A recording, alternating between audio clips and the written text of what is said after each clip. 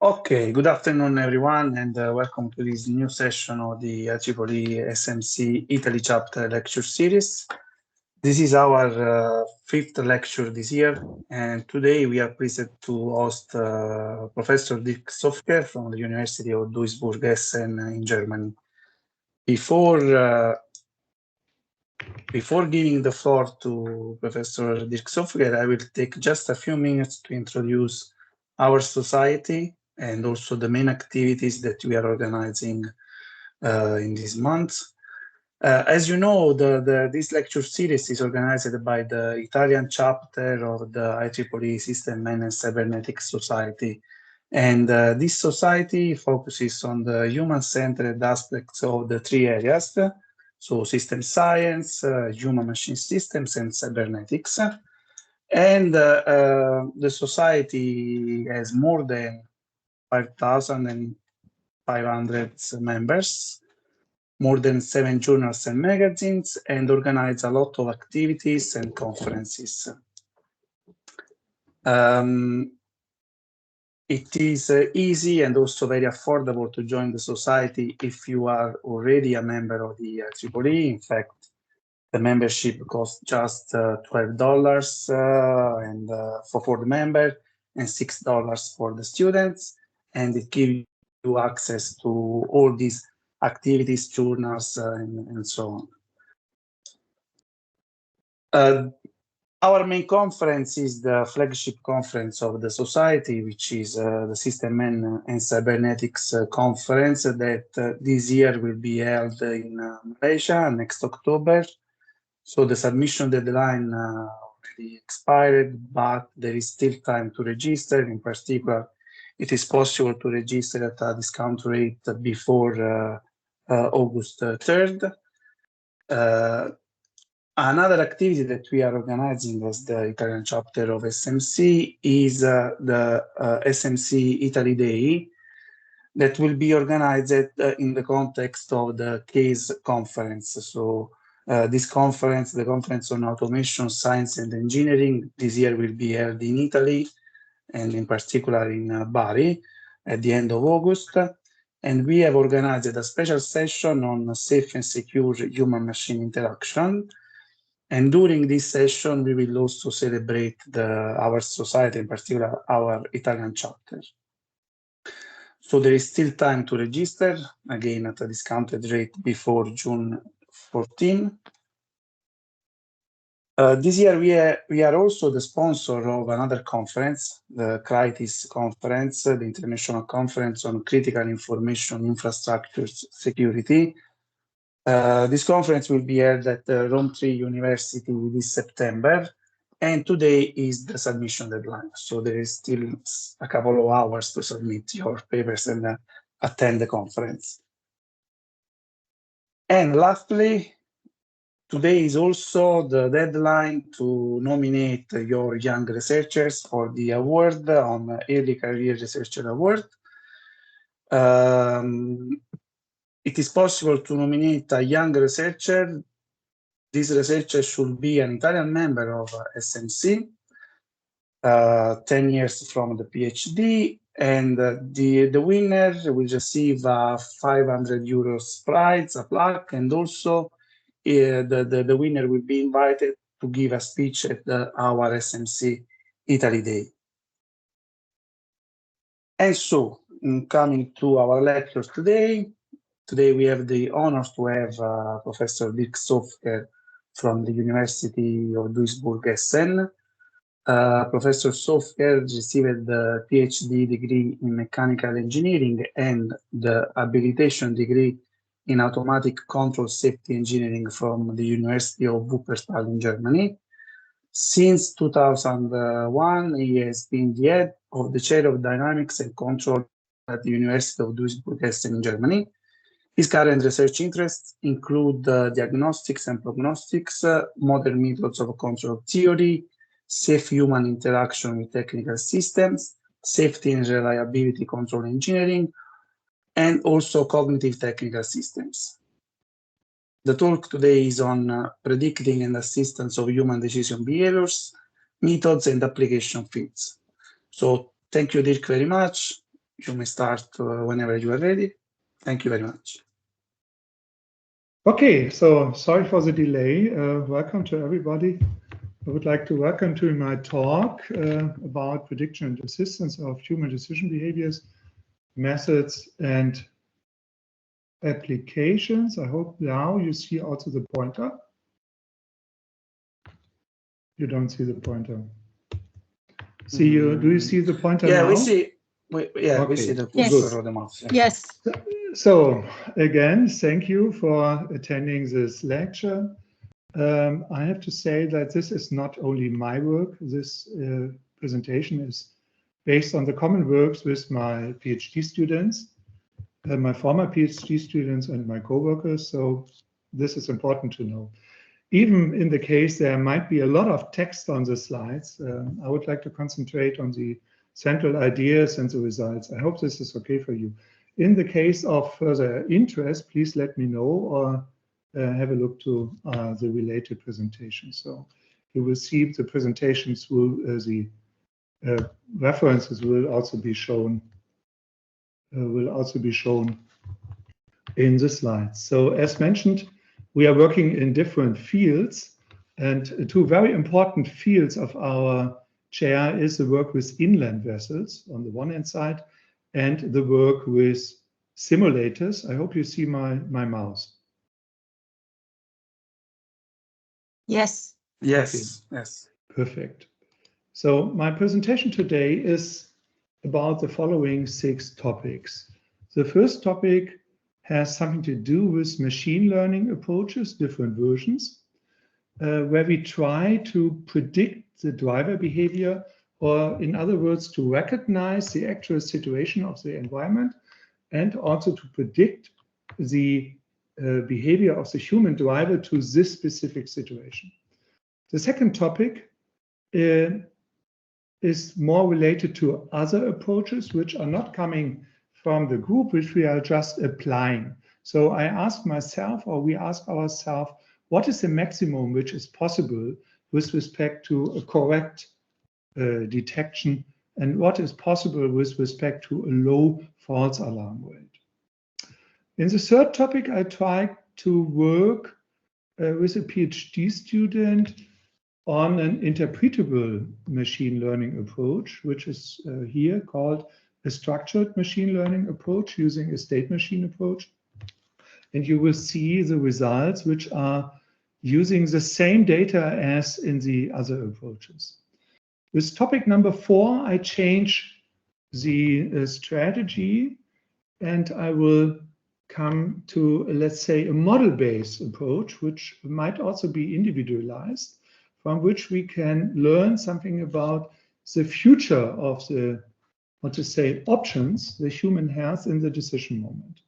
So it's entitled Structurally Knowing the Future and Knowing the Behavior, assuming that the human is exactly doing what we plan before the human is doing something.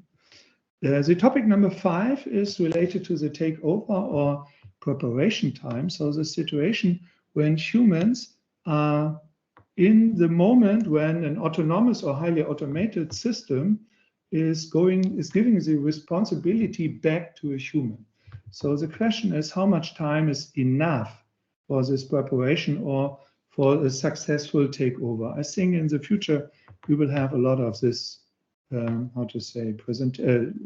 task. So the last topic is a little bit about what we can also expect from the future if we have highly automated systems, and we as humans have to work with that, and possibly we are only in the supervisory role. So what can we expect with respect to our own reliability?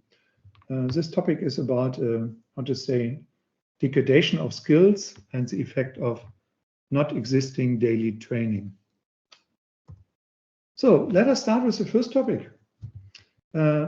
So I would like to introduce you to this situation operator modeling approach and how we apply CBR or case-based learning to this and other machine learning approaches. So it starts with the introduction of a model which I introduced, I think, 2 decades before. It's called the situation operator modeling. It's similar what the information scientists call the state action paradigm, and it's used to model the, what to say, human-machine interaction as an event discrete structural variable system. So here we use the term situation, graphically illustrated here in this way, and we use the term or introduce the term operator, which is the one in between. And this term operator is defined by characteristics and relations in between the characteristics. So what we are doing with that is we freeze the actual problem situation and describe this in a formal way with the term situation. And then we use the term operator to describe the human action, which is related to the actual, let's say, set and parameterization of the characteristics leading to a new situation. And from that, we have a sequence of a lot of situation operator, operator sequence, etc. So this is more or less the strategy to formalize the human-machine interaction. We can use this for knowledge representation. We can also use this for building a so-called action space. So you ask yourself, oh, why they are doing that?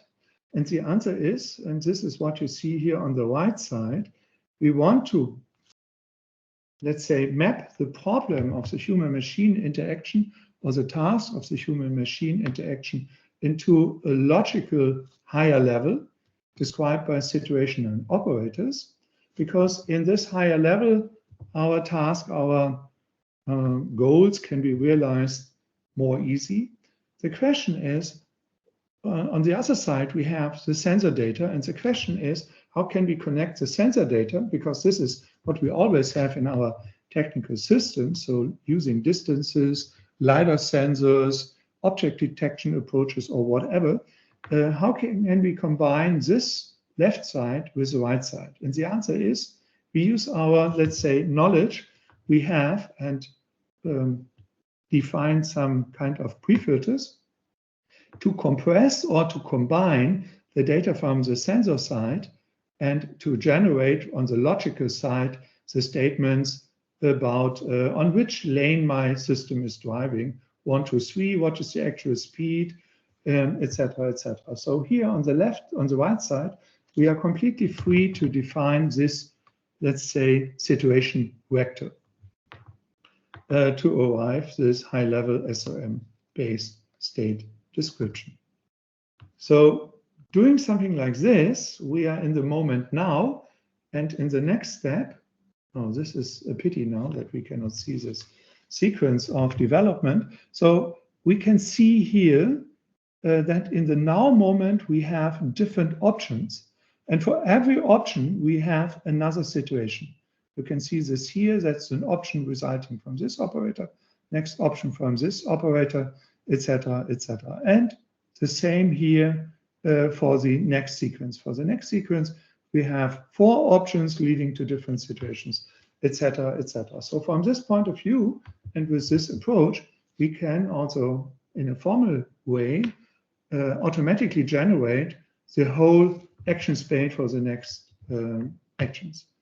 And this is helpful. This is helpful for supervision. This is helpful for prediction. And this is helpful to understand, is the actual action really leading to an intended goal or goal state? Okay. Where I'm here, and I have to use that. Okay, so what we did in, I think, 5 or 6 years ago, we interpreted this triple of situation, operator, and situations as case. And this case is a case from case-based reasoning. So doing that, we can put these triples into a database. And that's exactly what nowadays Professor Saheli Hegele, at that time PhD student, did. She put this into a database, and additionally, she modified my approach in the sense of that she said, okay, this is not a crisp variable, this is possibly a fuzzified variable. So everything becomes, with respect to the characteristics and to the operators, fuzzified. So, so the situations, the operators, and also a combination of situation, operator, situation triples are combined as meta operators. All of this are put it into the classical case-based. So that's the idea. So what she is then able to do is, based on the existing case-based and the index case-based here, we can, how to say, automatically recognize a situation if the situation is known already. So this fuzzification of the sensors in combination here with our existing knowledge from the case base is leading to the question, or is answering the questions, do we know the existing, the actual case, yes or no? In the case of yes, we can recognize this, we can use this kind of knowledge. And in the case of no, this is a more interesting case, we have to define a new case. So briefly speaking, this approach or this combination between SOM and the case-based reasoning approach in her work is used to automatically improve the database as a case-based reasoning database. And this is what is then applied to the lane change situation recognition. Very important here is the term recognition, because recognition is the recognition of the actual situation and not what we are doing then, the prediction of upcoming behaviors. But the approach is similar, you will see that. So in the case of, in this case, we are using this for the detection of lane changing maneuvers. So it can be lane keeping, it can be lane change to the left or a lane change to the left, so to the right. This is exactly what we are interested in. And what she is doing is she is using a lot of characteristics in our situation vectors. So you see here distances to different vehicles, you see the velocity of different vehicles, and a more compressed variable, the critical time to collision to different vehicles in different positions. So all of this is considered, put it into the database as triples for, let's say, a time which is discretized here in this is sample time, and as operators in this specific consideration, only the steering wheel and the accelerator pedal is used. So what we have finally then is what we call an offline training. So from the measured driving data combinations, a knowledge base is detected. And in the next step, during online training, that's a name we give to that, all the individualized behaviors which we measure, which cannot be explained by the existing knowledge base, are added. So the knowledge base is extended and improved. And based on that, we can have some kind of training and how to say, calculate the, or evaluate the actual performance in recognizing a situation. And finally, of course, this has to be done with unknown situations, and which is called test. All of this is published, of course, and the results are as follows. So will be shown in a few seconds. So we have in this case about 340 lane change maneuvers by all the drivers. We have to distinguish, this is what we learned in between two different cases. And for all the different cases, we are sure that we have a balanced combination of examples. Our evaluation matrix is the usual one. We are interested in the detection rate, the false alarm rate, and the overall accuracy. So looking to accuracy as an evaluation variable, we must be sure that we have, let's say, a balanced data set. This is super important. So the results are shown here for the recognition before and after online training or learning. So to bring this again in mind, online learning means the individualization to different drivers based on a generalized data set before. So we see here for the generalized offline training detection rate, detection rates of 95, 97, etc. %. Here it doesn't work. And also a false alarm range in the region or in the range between 3 and 7%. So this, how to say, refresh, this individualization leads to a strong increase up to 97, 98%, and a strong decrease of the false alarm rate. So we see that with this approach, individualization improves strongly and strictly the results. Now we move to prediction. So we see in the case of recognition results, let's say 97, 98% is possible. What happens if we predict the behavior? What is the difference between prediction and recognition? In the case of prediction, we put a time delay in between the label vector, and we relate the knowledge about that a maneuver happens now to the data which happens, which we measure some seconds before. So it's a relation between some seconds before and the knowledge about the upcoming future behavior in 1, 2, 3, 4, 5, 7, 8 seconds. So, and for this approach, we developed a multi-hidden Markov model approach, and we add pre-filters here. So you can see the whole approach here.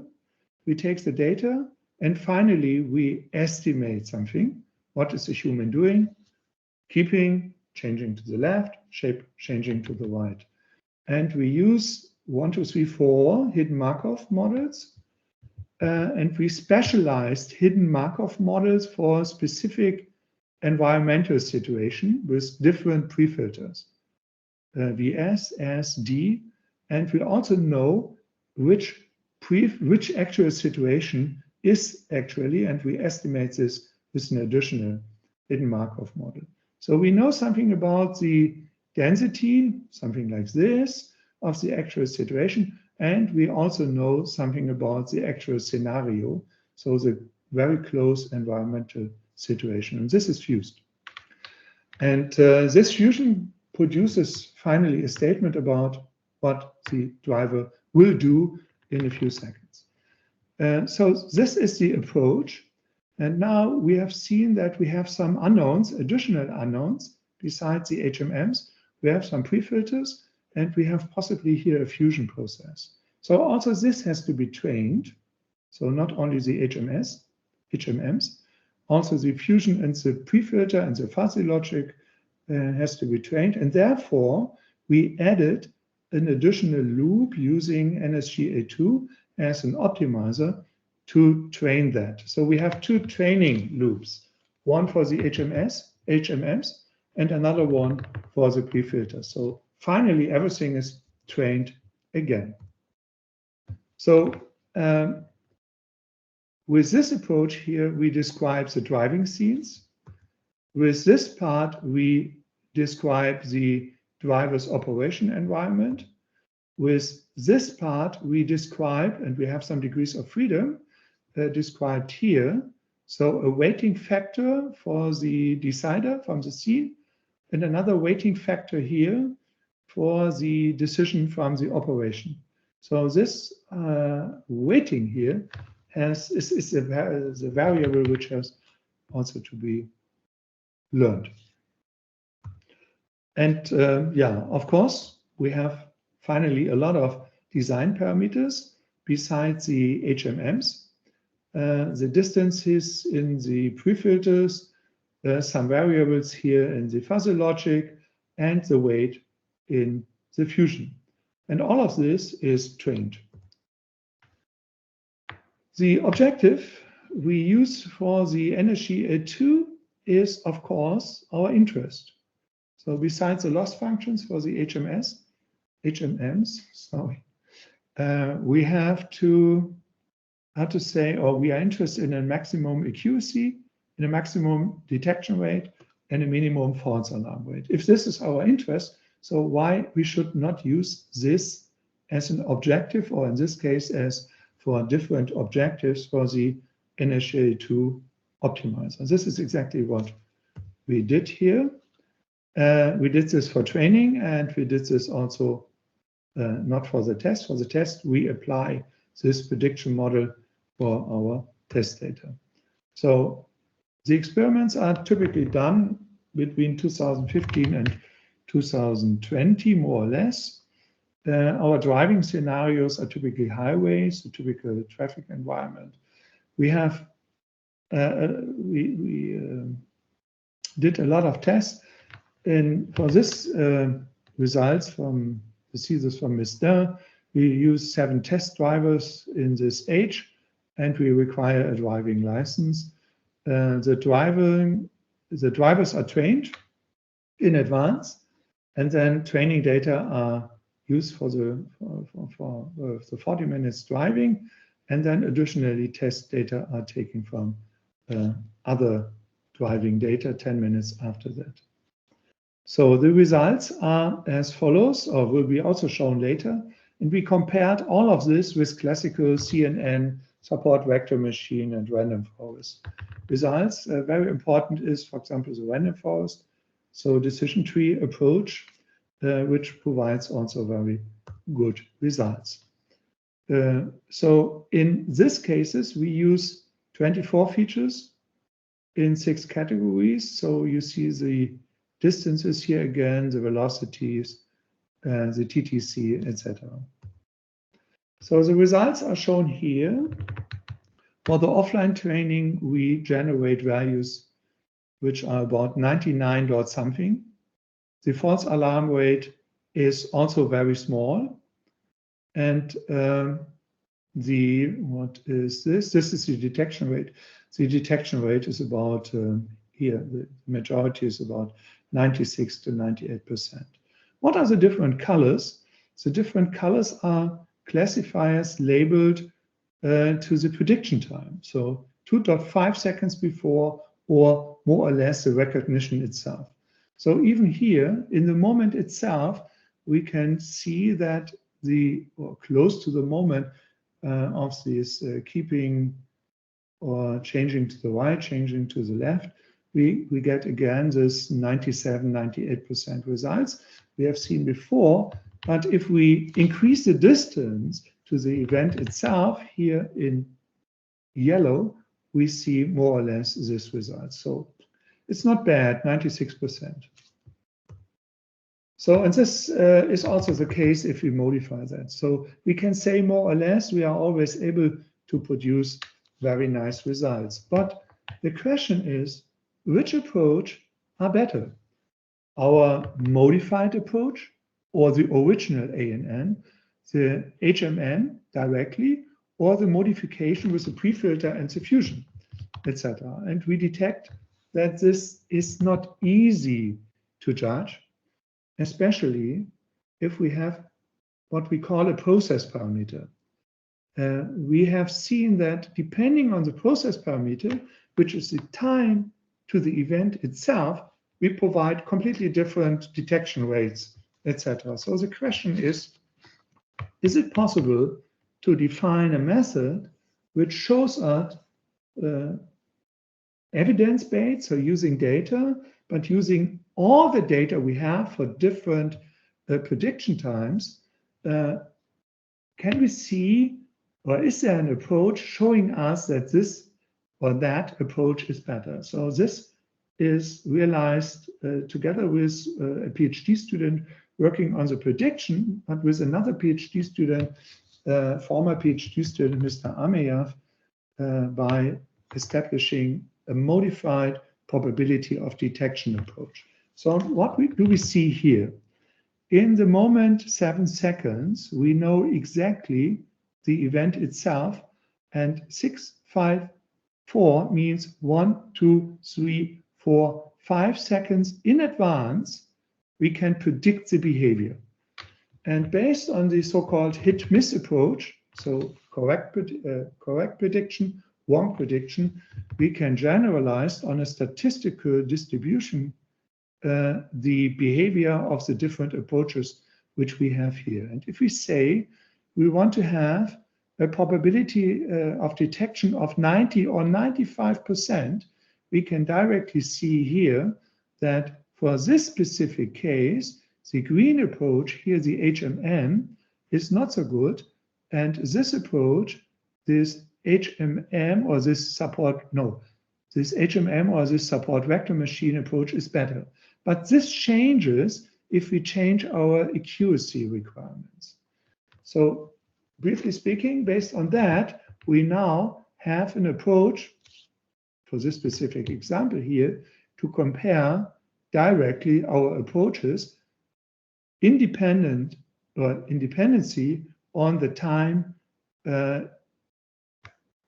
on the prediction time for the upcoming event, which is here 1 second before, 2 seconds before, 3 seconds before, etc.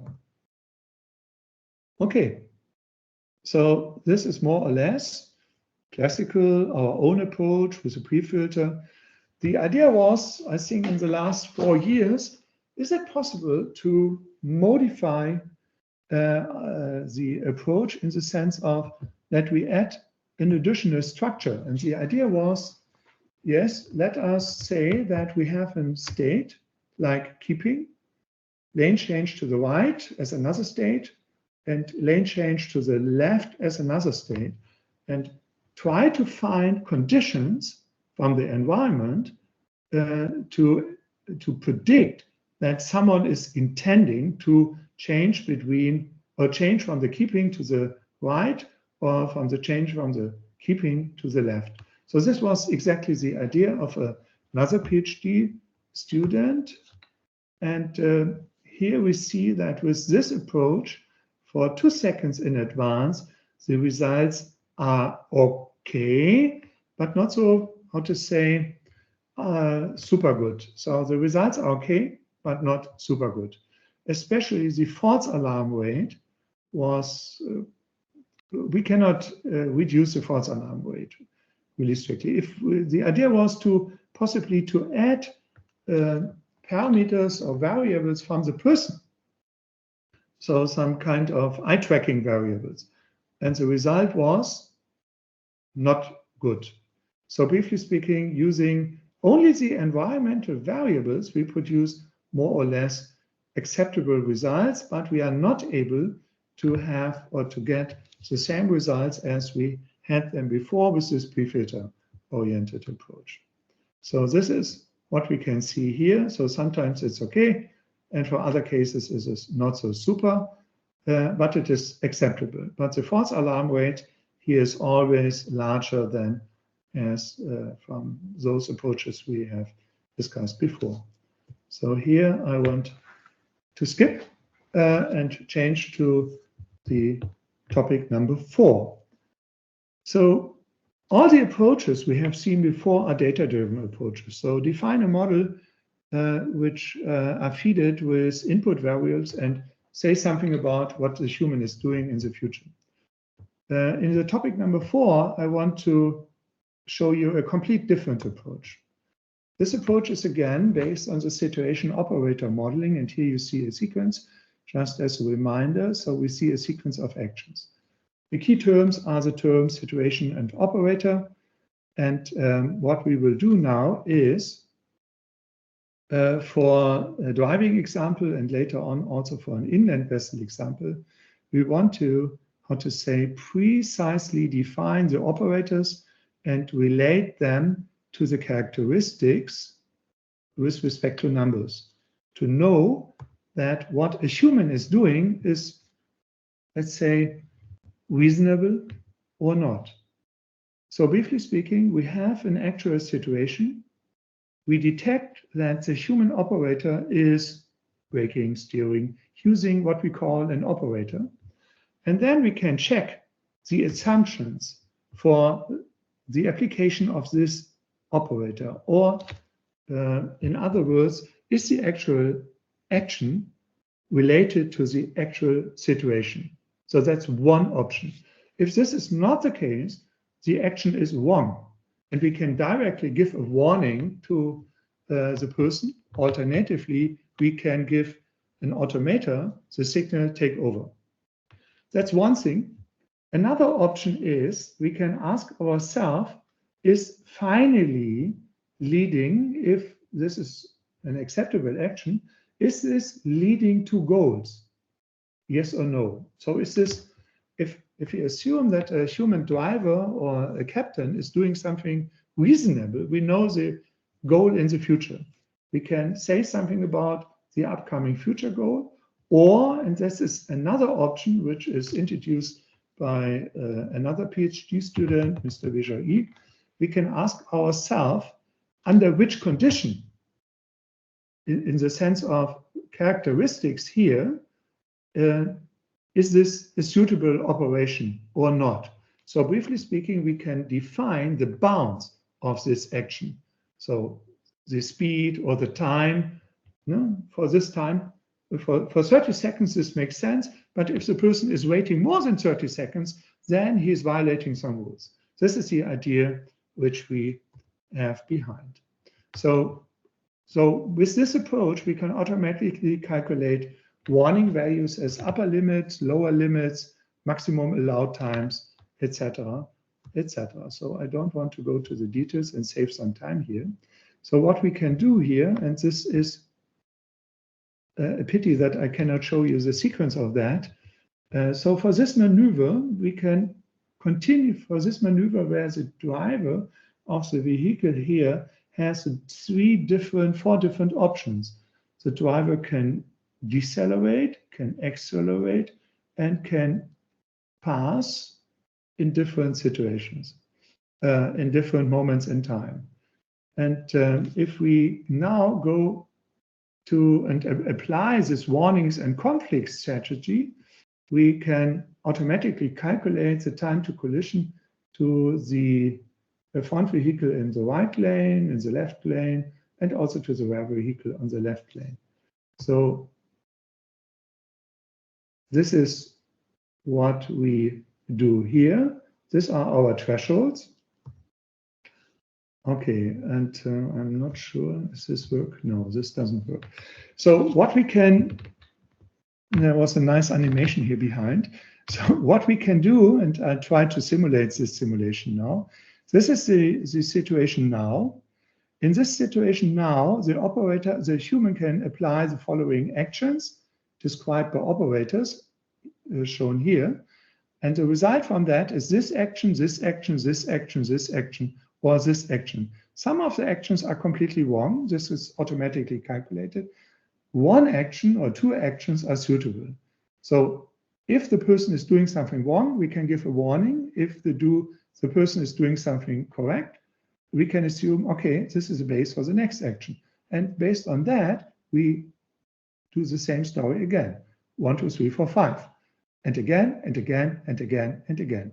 And this can be used to see, is this reasonable what the person is doing? Under which conditions, with respect to speed, velocity, time, is this reasonable to do that? Or is this completely wrong based on every step the human is doing?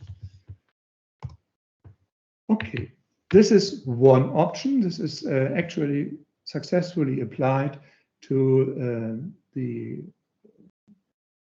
supervision of a captain of an inland vessel. But we can do more. If we know already the action space, we can think about performance conditions for the human behavior. Performance condition, because we now know the future. Performance condition evaluating the different futures with respect to different criteria as shown here. Or, this is what I want to introduce in detail here now, we can calculate a human reliability performance score variable. So if we see the way the human is doing something in the past, then with a given knowledge about how to say the behavior of the human, so is using a speed larger or smaller, is needing more time, is typically doing this or that, we can say this improves the performance. this reduce the performance. We can also put some environmental variables. Is the shift of the speed in this environment larger or smaller than that, this and that? We can say this improves or reduces the performance. Daytime, nighttime, sunrise, foggy, everything is, how to say, evaluated with respect to the reliability of the action. So doing something like this and knowing that we have 3 passes, we can evaluate that and say, hey, pass number 2 is the most reliable one. So we can recommend the captain pass number 2 in the sense of this kind of logical sequence of actions. So we think this is nice. Just to mention that we can also do this continuously. So the human driver is doing something, and we can continuously see which action is leading to which actual situation with respect to, let's say, the safety of the human interaction. And the better the value is, the more safe the value is, the lower the value is, the more critical the value is. And here you can see we now generate a safety parameter with respect to the human behavior, which is online monitored and not in general for the work itself, as this is usual for the human reliability. Okay, so the last step, the pre-last topic is related to what is typically called the takeover time, and what I want to change to the preparation time definition. So what can you expect? We want to talk about the time a human needs to take over manually or remote controlled a vessel. And this is our experimental background. And I want to introduce you to this experimental background. A lot of this work is published in the last 12 months. Especially the results are published in the HMS conference 2 weeks ago and the Coxima conference 3 weeks ago. And you see here, beside Michel Chauva, who is the first author here, also other people like Mr. Tenzer from the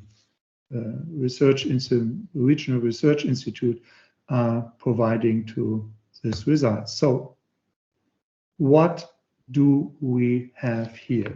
First, it is possibly important to know what we are talking about. In the automotive domain, we have what is called the takeover request. So a system states human has to take over. And if the human is really taking over, this takeover time, when the human is doing something, is called takeover time. The time when a critical situation, which is anticipated here by the system itself, is really happening, is called the takeover time budget, takeover request time budget. So if we want to do some kind of, if we want to answer questions, how much time is needed, it is important to simulate this situation. For the simulation, we have to give some kind of non-driving related task to the human up to this moment when we generate this takeover request, and then we see what happens what happens with respect to the human takeover interaction sequence. Yeah, and in our case, we are not talking about the automotive domain where this kind of tasks are realized or questions are answered in the last 3-4 years. We want to do this for the inland navigation field. In the inland navigation field, we do not have a simple takeover. We have a more cognitive-based takeover, and this will be introduced to you. And we have not only a reaction like steering and braking, we have a series of actions, and it depends on this suitable series of action if the whole maneuver is successful or not. So this series of action is highly situated and also, how to say, connected. So which action has to be done first, second, and timely, of course. And due to the point that it is not a reaction, it is more a cognitive task, and humans have to think about first, how should I solve this? I think it's more suitable to talk about the preparation time. And the preparation time is then called the time until a certain point in time at which first actions must be carried out to be successful. And this is what we examined in the last, I think in the beginning of the last year, and is published now. So our simulator, or the simulator of the Schiffer Berufskolleg, but our simulator for our experiment looks like this. We have 27 participants who are skilled in this college, Schiffer Berufskolleg. They are very young. They have a lot of experience on classical vessels, in this case 807 kilometer. And during that, with driving the ship directly and more with passive observing what the captains are doing. And the main simulator experience time is 14 hours. So I want to show you the scenarios. We have two scenarios here. The canal contouring scenarios. So this is a ship where the students have to adapt their behavior with this ego vessel. Just to give you some numbers, the ship has a length of 100 meters, and the wide is 11 meters, etc., etc. The challenge is from a mechatronics point of view, all the ships are under actuated. This means the inertia is high, the motor power is low, and the deceleration and the acceleration of all of this is slow. There are a lot of hydrodynamical effects in this channel, which defines the problem. So finally, the captain has to react smoothly and timely, and this is the task. The main problem we had is how success is defined. Is it the pure avoidance of a collision, or is it the avoidance of a collision with a minimum distance of 2 meters, or is it possibly the suitable and rational sequence of actions the proband is doing here, which looks like this? Yeah, that's open, and I will show you the results. The second maneuver is this maneuver. Our ego vessel is encountering from this river another river. The hydrodynamic situation is complicated, and it is a good idea to decelerate. But independent from this ship has to be integrated into the traffic on the larger river. So you see here, it's more, how to say, a scenario where you have to plan your behavior to reach the final goal. So, and also here we have different definitions of success. And one of this is the execution of a rational sequence of actions, as shown here. To make it short, and you can see this here, we have here the successful, according to one criteria, and the correct, according to another criteria, number of persons related to different time, to different takeover times or preparation times. And you see the more the better. And the opposite, non-successful, the more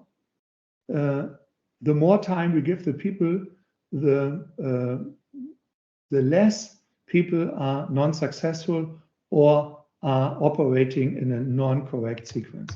Briefly speaking, more time, better results.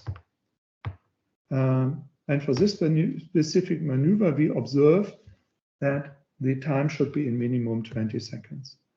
If we do the same for the more complex maneuver, we see the same result. The more time the persons have, the more often the higher the likelihood is that they do it correctly, or the lower the likelihood is that they do something wrong. And this is the same also with the compliance with the rules. And here we observe 40 seconds is helpful.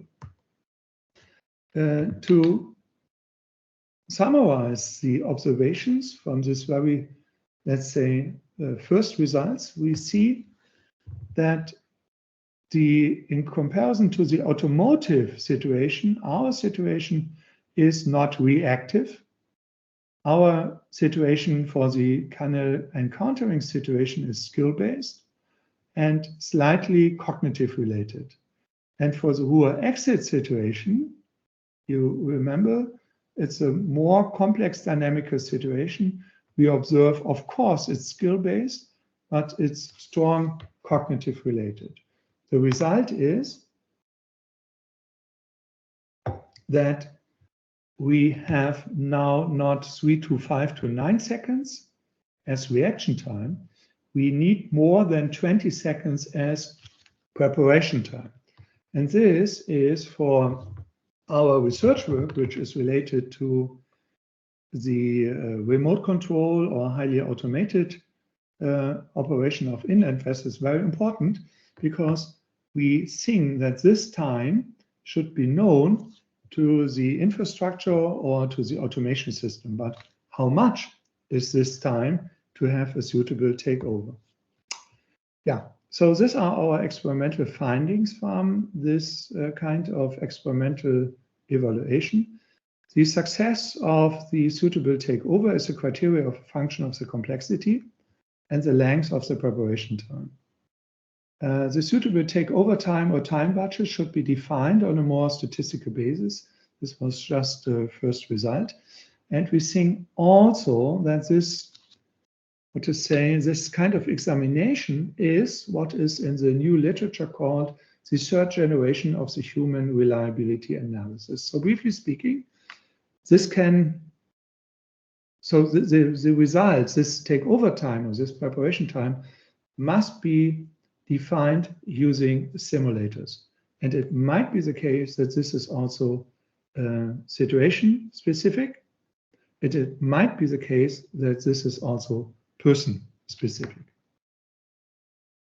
Okay, this brings me to the last part, degradation and tire training and effects of that. This is very short because this is just one slide.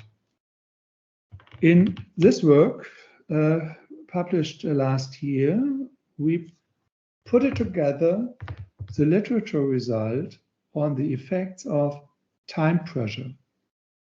And we observe that increasing time pressure for all our maneuvers and for all the tasks, it becomes clear that in this direction, we increase the human reliability.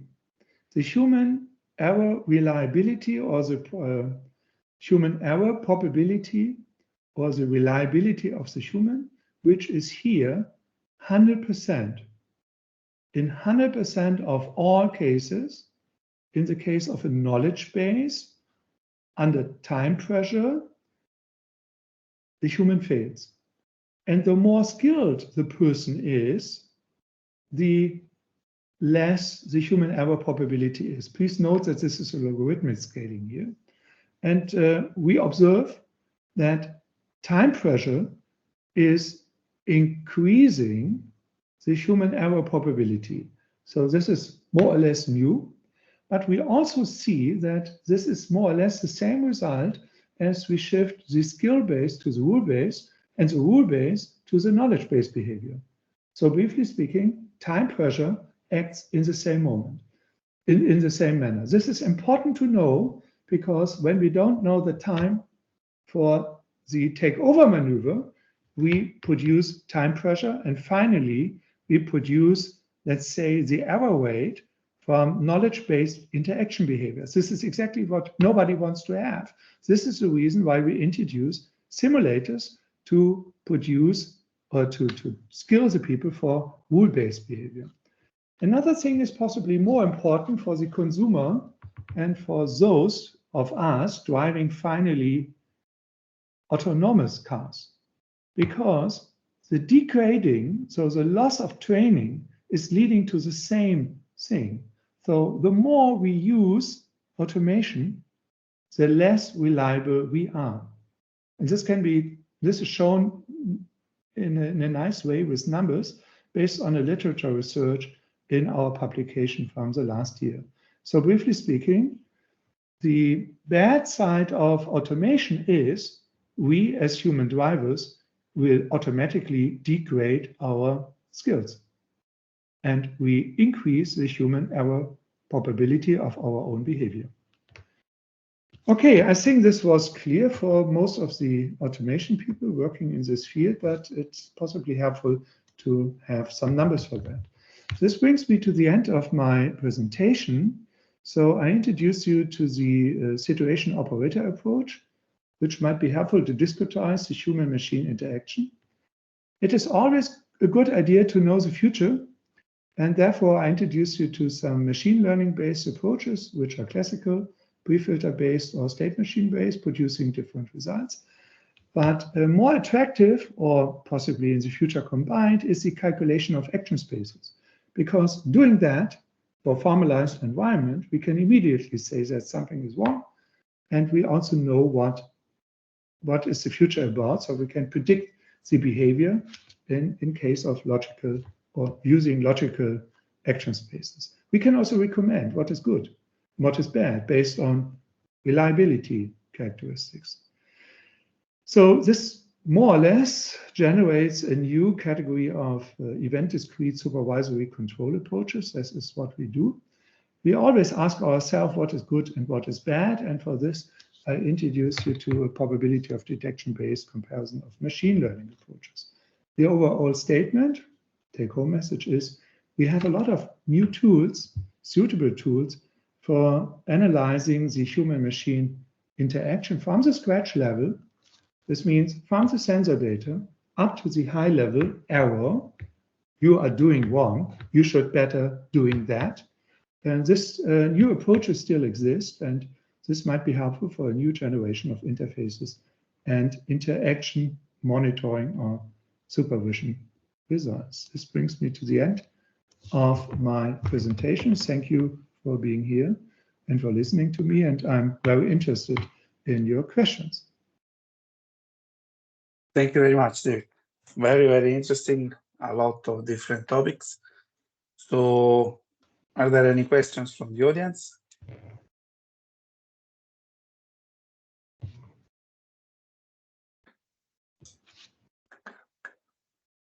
We have a lot of shy students, as always. I'm sure that they have questions, and then after the talk, they will ask me these questions because they are just shy. I have a couple of questions, Dirk. Oh. First, if you can give us some other details regarding the situation operator modeling. It's not so clear to me if I want to apply this to another kind of system or scenario. What should be defined? So what's the part that we need to define, to specify, and what is the part that you learn from data? Yeah. So the first part of my presentation was about machine learning. There is no, let's say, in these end-to-end approaches, there is no knowledge from our side inside this approach, besides this pre-filters. In the SOM approach, I would like to classify this SOM approach as a model-based approach. We define a lot. We put our knowledge into the modeling of what is an operator. Okay. We define the situation vector. So what is necessary for a supervision task, what we have to measure, the velocity, the distance, whatever, the existence of an object in front of you. In the case of a vessel, this means a few hundred meters in front. So therefore, you need a radar system, an AIS system, a pre-filter, putting all of this and saying free. Okay, so this kind of knowledge, what is necessary to describe from a high-level position the task or the supervision the task itself, what you are doing with this. You want to calculate the future, or you want to monitor a human. Therefore, you need, how to say, you need to measure something. And this information about what to measure, this is our job. So we compose the situation vector, and we compose the conditions. Is this action suitable for this situation? And we compose this situation, this operator is leading to which change in the next situation. We are doing that.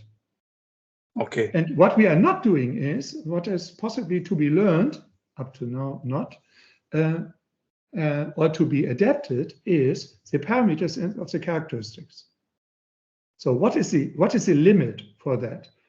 So Okay. it's more or less our knowledge, which is put it into this formalized model-based approach.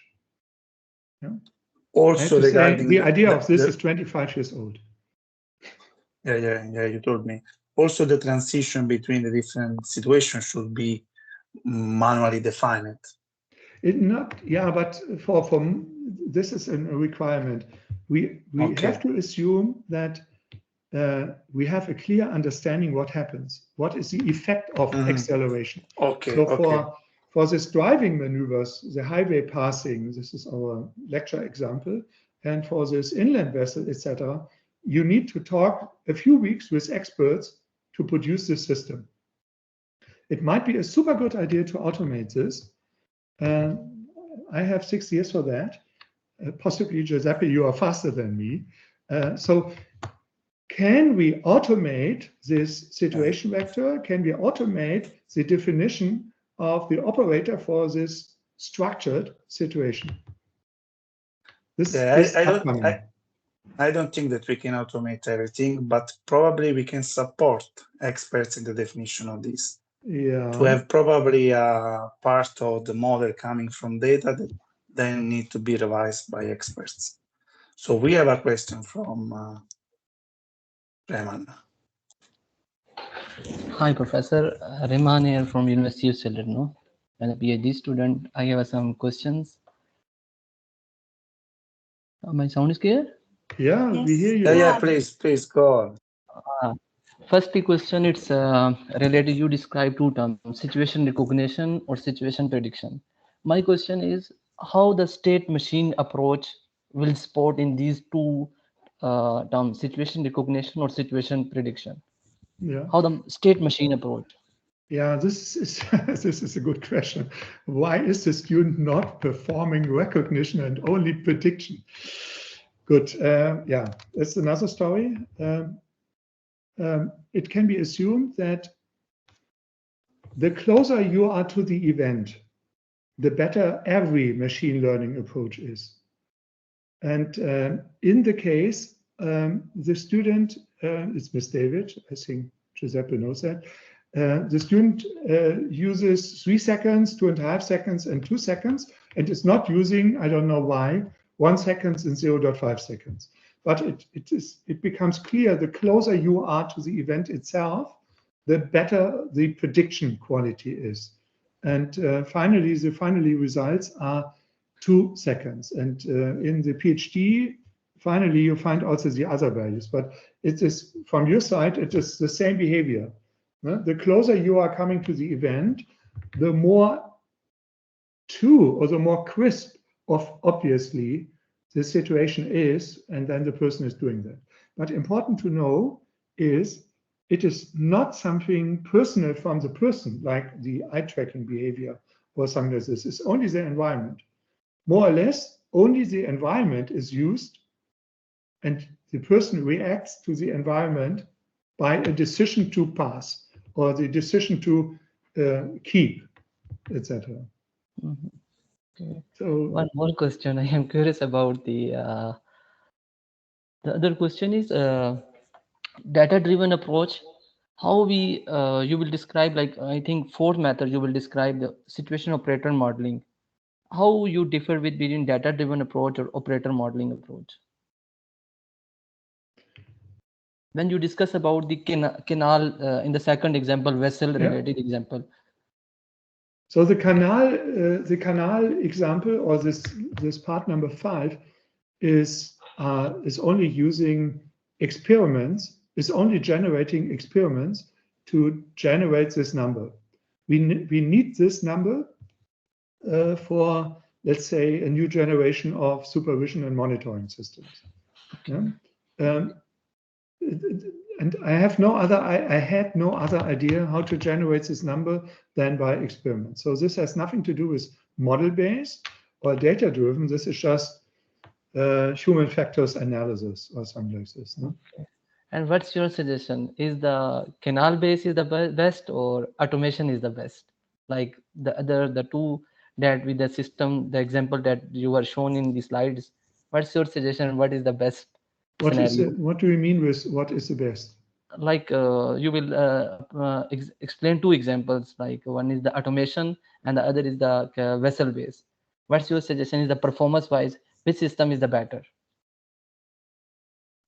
Help me, I don't get the point now. So I introduced you to two examples. One is the channel example. In the channel example, the captain has to see the moment in time, when the captain has to start with a maneuver, and then there will be some interaction and do something wrong, to do something correct. The other maneuver is a lot of ships are coming from here, and this ship must be, how to say, steered in this way, must be accelerated or decelerated in a suitable way to be arranged in the traffic. Okay. And these are two complete different maneuvers. One maneuver, I'm not 100% sure, I don't have the numbers, but I think one maneuver is something about 100 seconds and the other one is something about 200 seconds. And for one maneuver, it is more skill-based than planning-oriented, but the second maneuver is completely planning-oriented. Yeah, and you have to see that in the end you have not enough time, so it's a good idea to reduce your speed in the very beginning. Okay. So it's more a game. Yeah. So the more cognitive the thing is, the more the game character of the interaction becomes the case here. Yeah? So there is nothing good and bad. This is just a result. Okay. Thank you so much for that. So much.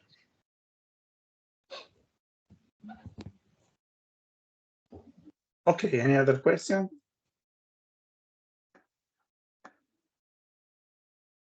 No? Okay. Okay, so thank you, Dirk, very much for your presentation. I think that my PhD students will read your works, and we have a lot to discuss about this. So we will keep in touch regarding this. We will find some way to collaborate and to use also your approach on our research. So my question, just to conclude my question before, do you think that this kind of approach, this situation operator modeling approach, can be applied also to a problem like human activity prediction, in which you have a lot of degrees of freedom?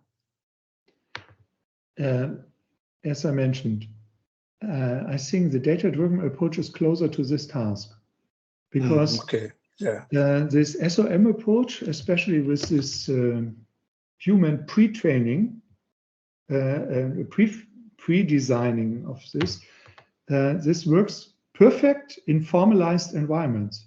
Okay. So, and if you have millions of or thousands of people with different habits and behaviors, and it's then there must be something common. Otherwise, it makes no sense to work with this kind of model-based approach. It is easier for machine learning approaches to find these common features, these hidden common features in the behaviors, etc., etc. But I think there might be a combination, but we can talk about this in the future. I see this pre-structuring is super helpful because our experience with this pre-filter, so you remember this, different HMMs with the pre-filters. This pre-filter, for example, makes everything easier. In this case, for the pre-filter, we say, we are not interested in the distance to vehicles. We just say, is the distance small, middle, or extreme, but we don't know the numbers. So what is the difference between small and medium? So we train this depending on the situation. And this reduces the amount of data extreme and makes it easier for a machine learning approach to see the structures inside. And so I'm a super friend of this kind of pre-structuring something, and then the machine learning approach on that. Yeah, that is the actual philosophy. Okay, great. Okay, thank you very much again. And Yes. this concludes You're our welcome. session.